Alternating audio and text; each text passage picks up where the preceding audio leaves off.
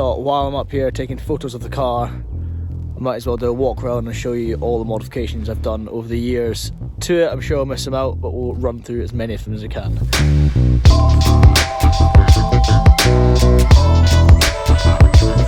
So I put a galvanised chassis on this at the end of 2019. After that I then drove it out to Valdisere for a ski season, and I made it all the way there without any issues at all. And it's got like 150,000 miles on it now.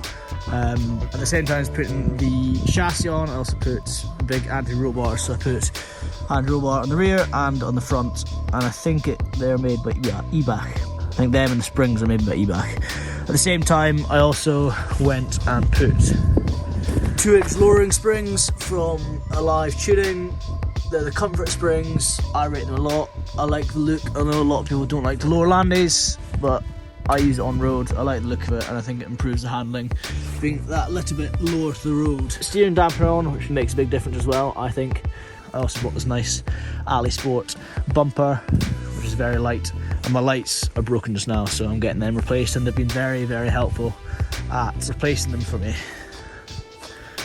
I also put on, this doesn't come with vented front discs, so I put on vented front discs and calipers when I changed it over, just because I knew that I was going to start to run more power. I couldn't afford big brakes, but they will do for just now. Underneath, another big anti-roll bar there.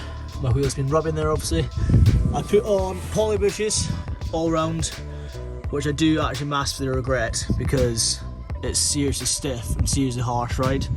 So if I could, I would change it, but I'm just going to have to run with it just now.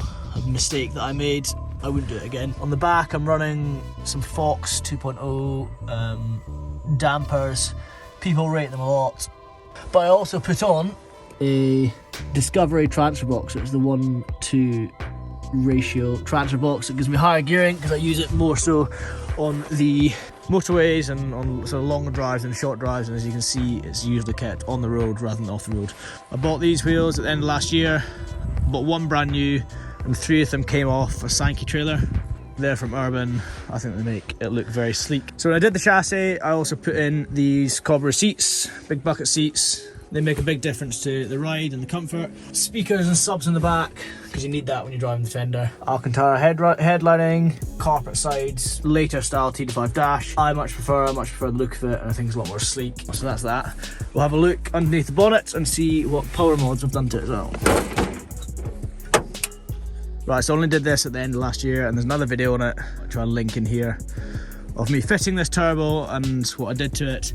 But so it's already sort of explained in the channel already. A race VNT turbo from CR Turbos on it.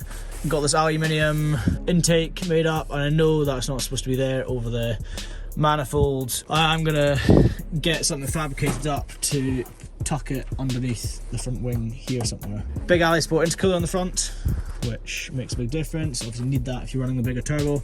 And then we've got Ailsport silicone hoses on it as well. I also had the manifold de-webbed, skimmed, and then I've got uprated studs on there. I'm also not running a fan, which I know I should be running a fan. I've not had an issue for ages, but it's on my list this year to get. It's extremely loud having this pod filter because it's pointed right next to the bulkhead, so it's very, very loud.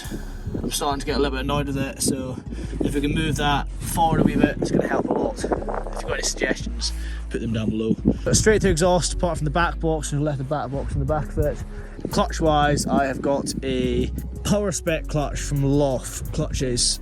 I don't know why I didn't get the extreme specs clutch, but at the time I didn't think I needed it.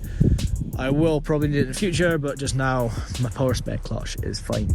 Well, that's enough of a walk around of the car. I'm going to chuck up some cinematic footage off the car. I don't have Dan here who usually edits the videos, but we'll see what we can do. Dan might be able to edit something, makes it look cool.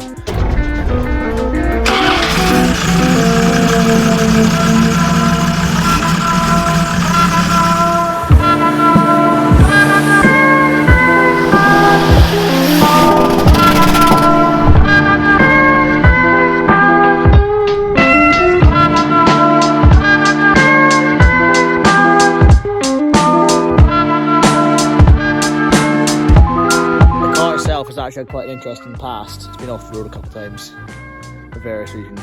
which I'll probably go into another video, but not this video. But I know it's very informative rather than cool clips, but there'll be more cool clips coming. So if you haven't subscribed to the channel, please subscribe. We're trying to get to 1,000 subscribers. When we hit 1,000 subscribers, we're going to be giving away that Suzuki Ignis, the Dawn, which I took around the North Coast 500. It's going to be given away to whoever enters the competition. So get subscribing, get sharing, get commenting, and get liking.